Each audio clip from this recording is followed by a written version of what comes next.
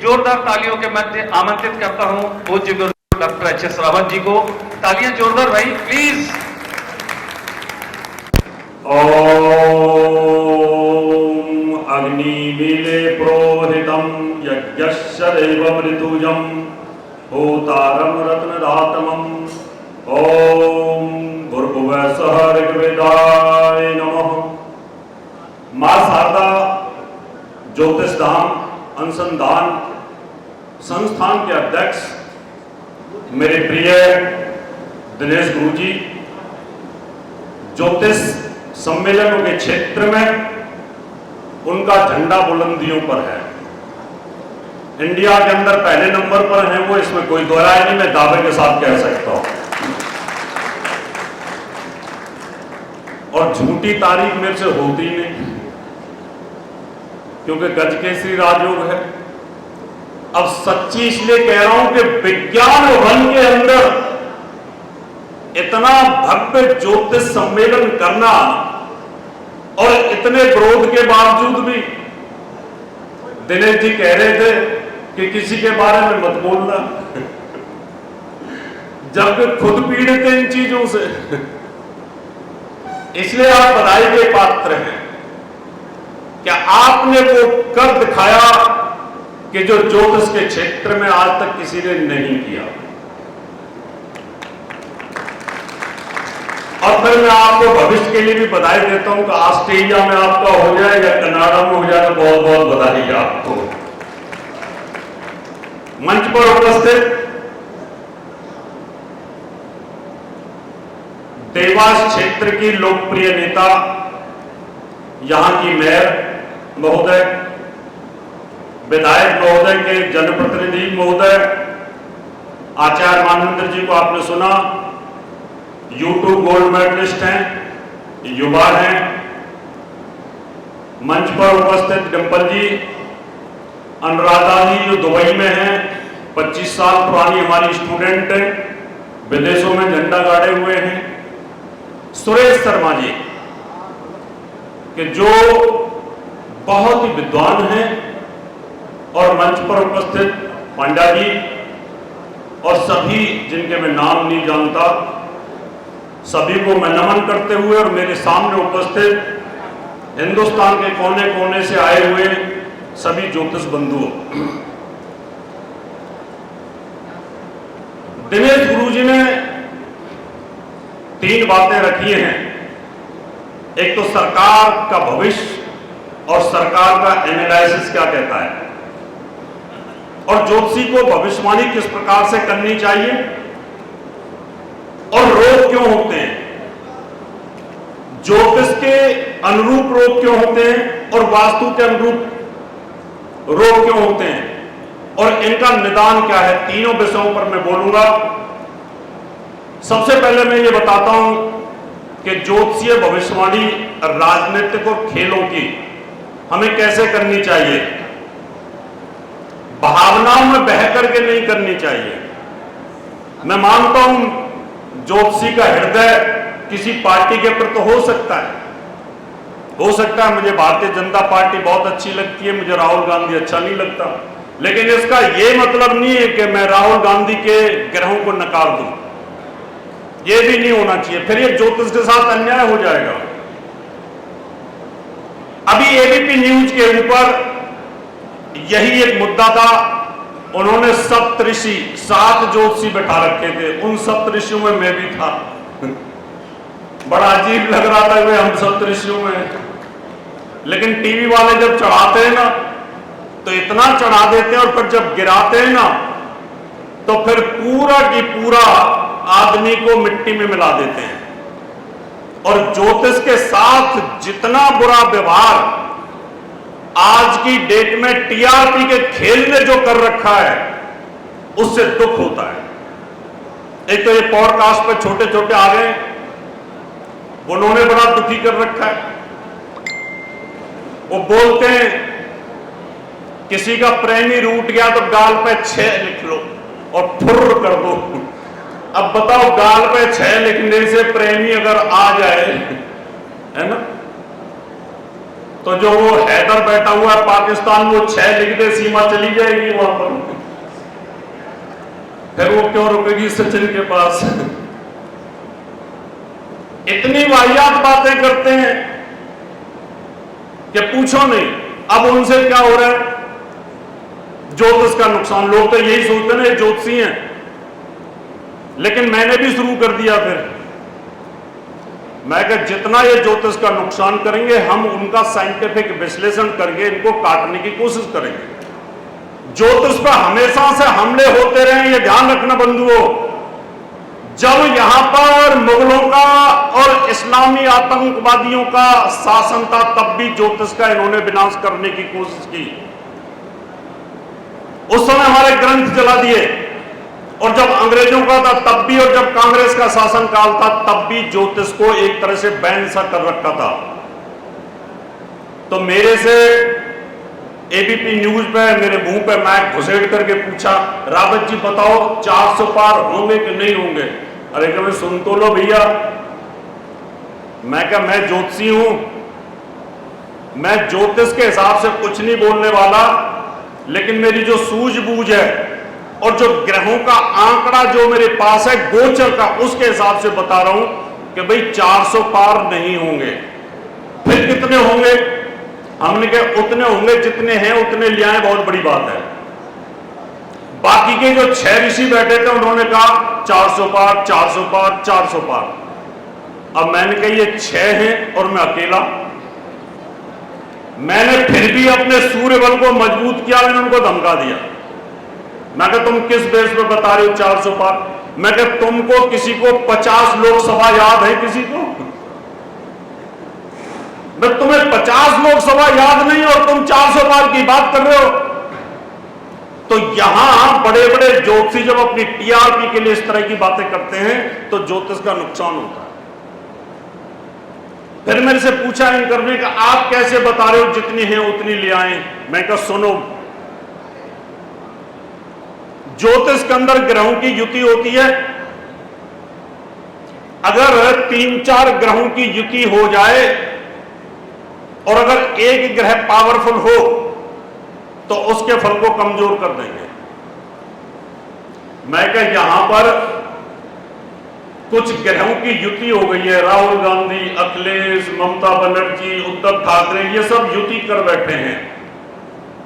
जब इनकी युति हो गई है तो अकेला जिसका रुचक नाम का महापुरुष राज हो, वो सेनापति, और वो सेनापति भी अगर राहु के साथ ग्रहण में हो तो कैसे युद्ध लड़ेगा? ये तो मैंने यूट्यूब पर बोला था। मैं कहा सरकार पर बाहरी कष्ट, क्योंकि सेनापति और राजा जब ग्रहण में आ जाए तो कहीं ना कहीं तकलीफ तो होती है।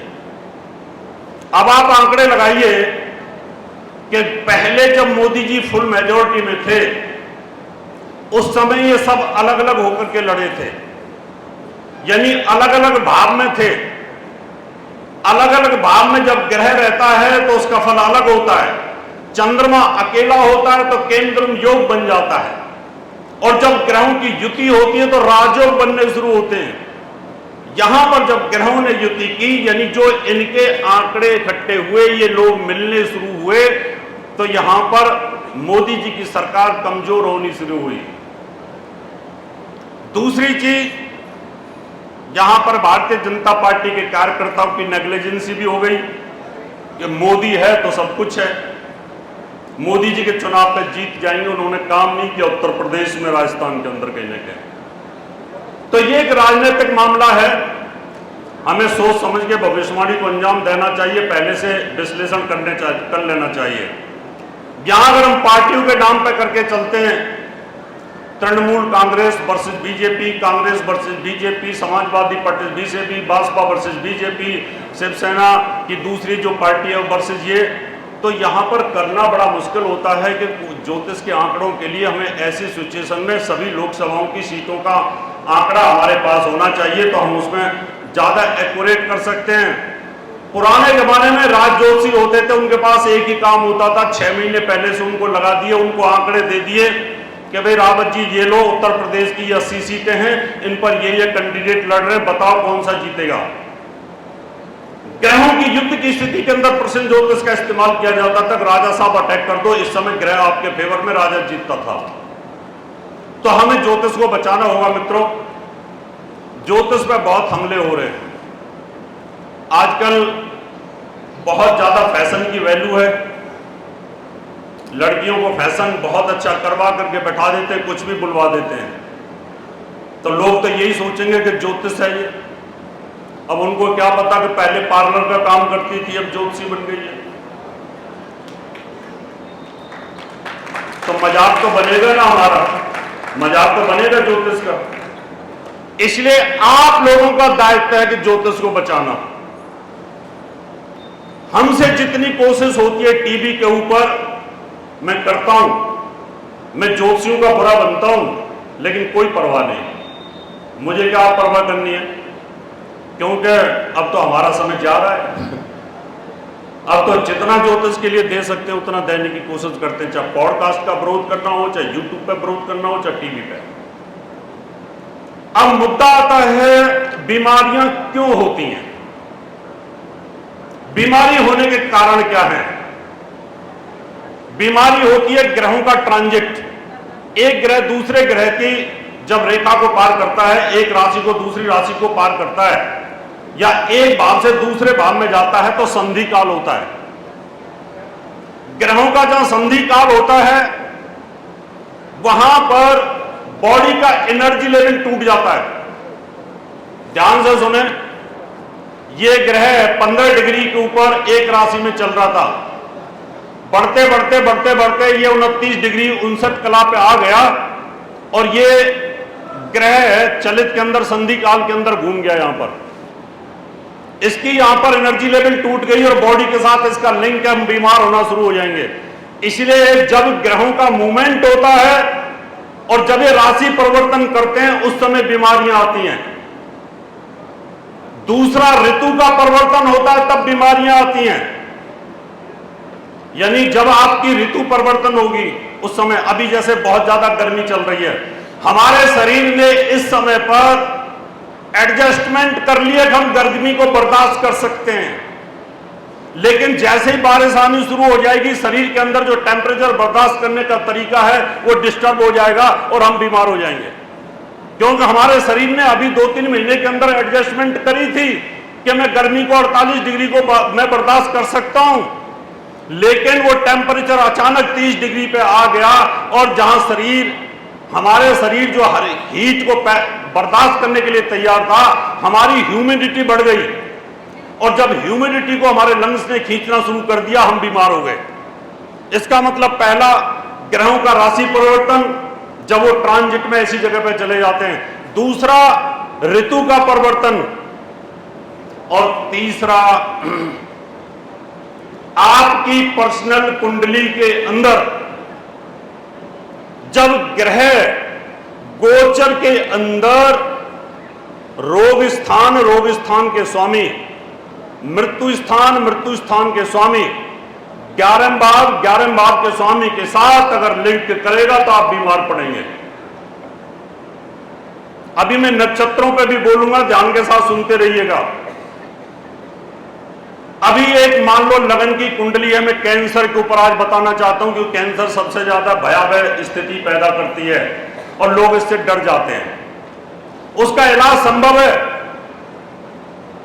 मान लो सिंह लगन की कुंडली है, सिंह लगन की कुंडली में शनि 6ठे भाव का स्वामी है और 7म भाव का स्वामी है। 6ठा भाव रोग का है, 7म भाव मार्केस है, और शनि और चंद्रमा एक साथ बैठे हैं। चंद्रमा यहां पर 12 भाव का स्वामी है, 12 भाव का स्वामी और 6ठे भाव का स्वामी एक साथ बैठे हुए हैं। चंद्रमा ब्लड के अंदर व्हाइट सेल्स का कारक है। चंद्रमा हमारी 5 इंद्रियों को ड्राइव करता है। चंद्रमा शनि की युति हुई तो विषयोग बन गया। इसका मतलब यह रहा कि ब्लड के अंदर पॉइजन आना, ब्लड के अंदर पॉइजन आएगा तो कैंसर बनेगी। अब कैंसर कहां बन सकती है ये मैं आपको बताता हूं, और इसकी रेमेडी भी बताता हूं। सिंह लगन में शनि बैठा हो और साथ में चंद्रमा बैठा हो। चंद्र शनि की युति बैठी है लगन के अंदर। इसका मतलब 5 नंबर की राशि आपके काल पुरुष में जिस पार्ट्स को प्रभावित करती है वहां कैंसर का योग बनेगा। 5 नंबर आपके अमाशय को, पेट को, लीवर को, उदर को, इनको प्रभावित करती है। इसका मतलब पेट का कैंसर होने का योग बनेगा, लीवर का कैंसर होने का योग बनेगा जिनके सिंह लग्न में शनि चंद्रमा की युति हो। बनेगा कब ये? जब शनि की महादशा आ जाएगी या शनि गोचर में 7.5 में आ जाएगा, उस समय ये मार्केस बन जाएगा। शनि की 7.5 अगर आ गई और मार्केस बन गया तो कैंसर को बचाना बड़ा मुश्किल हो जाएगा, उस समय मृत्यु हो सकती है। इस समय करना क्या चाहिए? इस समय हम सूर्य को मजबूत करें। सूर्य का कभी भी, सूर्य को उस समय जल नहीं चढ़ाना चाहिए। सूर्य को जितनी मजबूती दे देंगे, प्राण शक्ति को जितनी मजबूती करेंगे, 5 प्राणों को जितना मजबूत करेंगे, आपका कैंसर कंट्रोल होगा। और जितना शनि को तेल का दान करेंगे, जितना शनि के मंत्रों का जाप करेंगे, जितनी शनि को अपनी औरा से बाहर करेंगे, उतना आपको बेनिफिट मिलेगा। इसके लिए बेस्ट ऑप्शंस है कि आदमी को सीधा लिटा लो।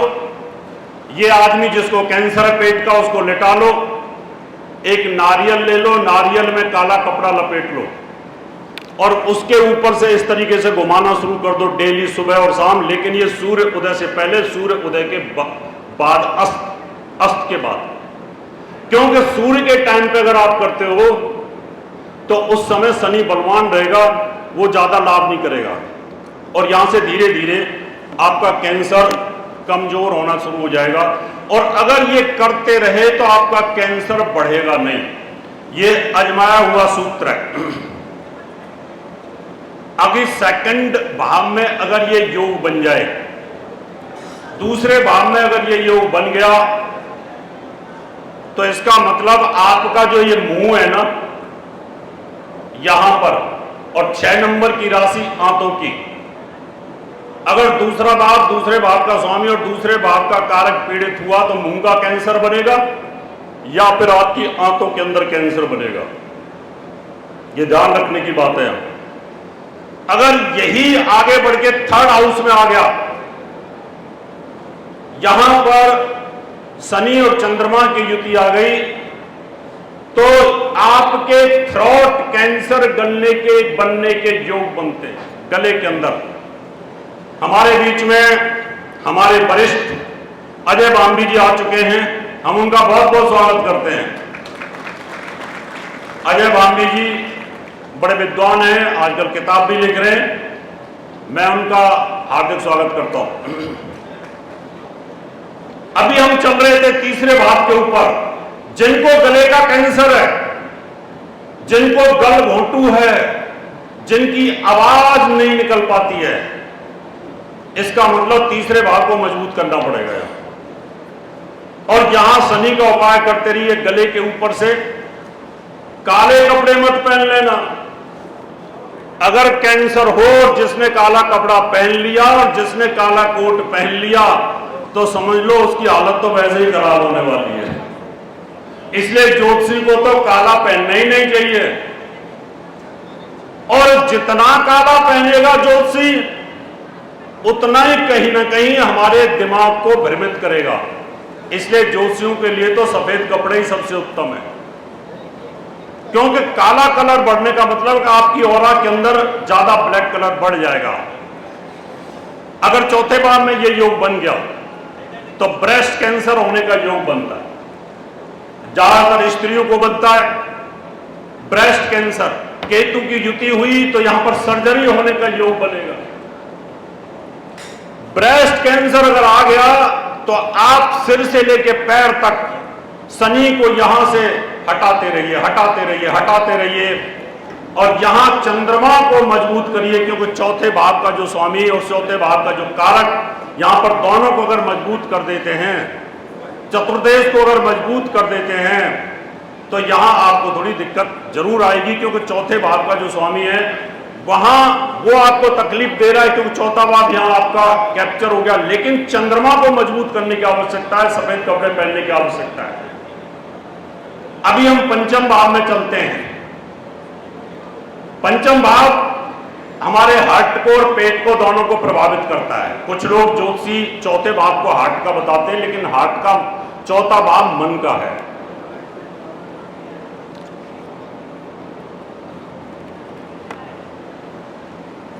अगर आपका पंचम भाव के ऊपर शनि चंद्रमा का विष योग आ गया तो आपकी मैरिज लाइफ को तो खराब करेगा ही करेगा, और साथ में आपके लव को भी सक्सेस नहीं होने देगा। जिनका कहीं लव का चक्कर चल रहा है उनको वहां कहीं ना कहीं परेशानी आएगी, बार बार लव टूटेंगे चल जाएंगे, टूटेंगे चल जाएंगे, और साथ में आपके हार्ट पर इसका नेगेटिव इफेक्ट आएगा। यहां पर कैंसर के योग बन सकते हैं। अब आते हैं हम छठे भाव के अंदर। अब इस स्थिति में शनि राहु के द्वारा अधिष्ठित हो जाए, राहु के द्वारा अधिष्ठित हो जाए, और शनि खुद अपनी राशि के अंदर छठे भाव के अगर आकर के बैठ जाए, चंद्रमा के साथ बैठ जाए, छठा भाव पीड़ित हो जाए, छठे 6 नंबर की राशि भी पीड़ित हो जाए, क्योंकि काल पुरुष में 6 नंबर की राशि का पीड़ित होने का मतलब है कि आपको हर्निया की प्रॉब्लम, आपके आंतों में कैंसर होने का योग बनेगा, जहां आपको तकलीफ आएगी। अभी बाकी की जो 6 हैं, 6 भाव, इनकी जानकारी दूंगा दिनेश गुरु जी के अगले प्रोग्राम में, क्योंकि लोगों को इंटरेस्ट नहीं है, क्योंकि काम की बात कोई सुनना ही नहीं चाहता, इधर उधर बातों में लगे पड़े हैं। अब इनको किसी को जब कैंसर हो जाए तो बोलेंगे आज पंडित जी बता तो रहे थे, कैंसर की बात सुनी नहीं ध्यान के साथ। अब मैं आपको नक्षत्रों की जानकारी और देता हूं कि आपके नक्षत्रों के ऊपर अगर गोचर में बुरे ग्रहों का प्रभाव अगर आ जाए तो आपको कौन सी तकलीफ कहां होने वाली है, यह बड़ा इंपॉर्टेंट है, इसको ध्यान में रख लीजिएगा। आप इसको हर महीने अपने ऊपर इंप्लीमेंट करिए। आपके साथ अगर ऐसा होता है तो आप इसको पब्लिक के लिए भी इस्तेमाल कर सकते हैं। अभी सूर्य का मृगशिरा नक्षत्र के ऊपर मूवमेंट है, 21 तारीख तक रहेगा, 14 दिन रहेगा। आपके नक्षत्र से मृगशिरा नक्षत्र कौन सा बनता है, तो हमारा जो ये शरीर है यहां से लेके और पैरों तक, ये इनके ऊपर 27 नक्षत्रों का प्रभाव है। अगर ये वाला पोर्शन अगर आ जाए तो यहां 2, 3, 4 और 5, दूसरा नक्षत्र, तीसरा नक्षत्र, चौथा नक्षत्र, 5वां नक्षत्र अगर यहां पर आ जाए, अभी मृगशिरा नक्षत्र है और आपका अश्विनी नक्षत्र हो, अश्विनी नक्षत्र से मृगशिरा नक्षत्र गिनो, अश्विनी, भरणी, कृतिका, रोहिणी, मृगशिरा, 5वां आ गया। 5वां नक्षत्र जिन लोगों का अश्विनी नक्षत्र है उनसे आज सूर्य का नक्षत्र 5वें जगह पर घूम रहा है। 2, 3, 4, 5 ये सिर के ऊपर मूवमेंट है। जिनका अश्विनी नक्षत्र होगा उनके ऊपर ये 4 नक्षत्रों का प्रभाव सिर पर है, और 4 नक्षत्रों पर जब सिर पर प्रभाव सूर्य के मूवमेंट पर होगा आपके नक्षत्र से, तो ये आपकी बीमारी को दूर करेगा। अगर आपको कोई सिर में बीमारी चल रही होगी उसको दूर करेगा, और साथ में आपको सुख साधन भी देगा, आपके मान सम्मान में भी वृद्धि करेगा। ये नोट कर लें। अभी मान लो आप बोलो तो पहला क्यों छोड़ दिया? पहला नक्षत्र ये चेहरे पे आता है, पहला नक्षत्र चेहरे पे आ जाएगा।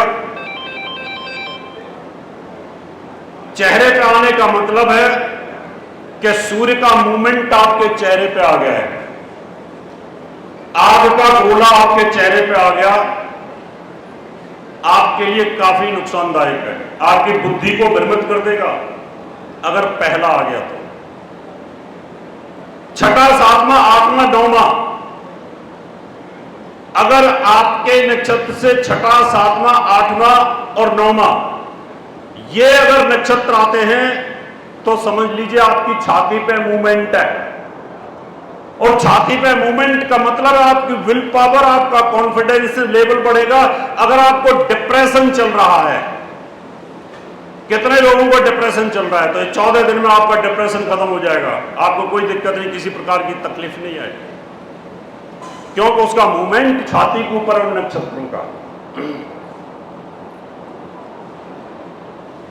ये आपका छठा, सातवां, आठवां, नौवां हो गया। 10, 11, 12 और 13 अगर ये नक्षत्र आता है आपके नक्षत्र से, 13 नक्षत्र, 4 नक्षत्र अगर ये बनते हैं आपके नक्षत्र से सूर्य के गोचर तक, ये नक्षत्र अगर बन जाए तो ये आपके सीधे हाथ पे आ जाएगा,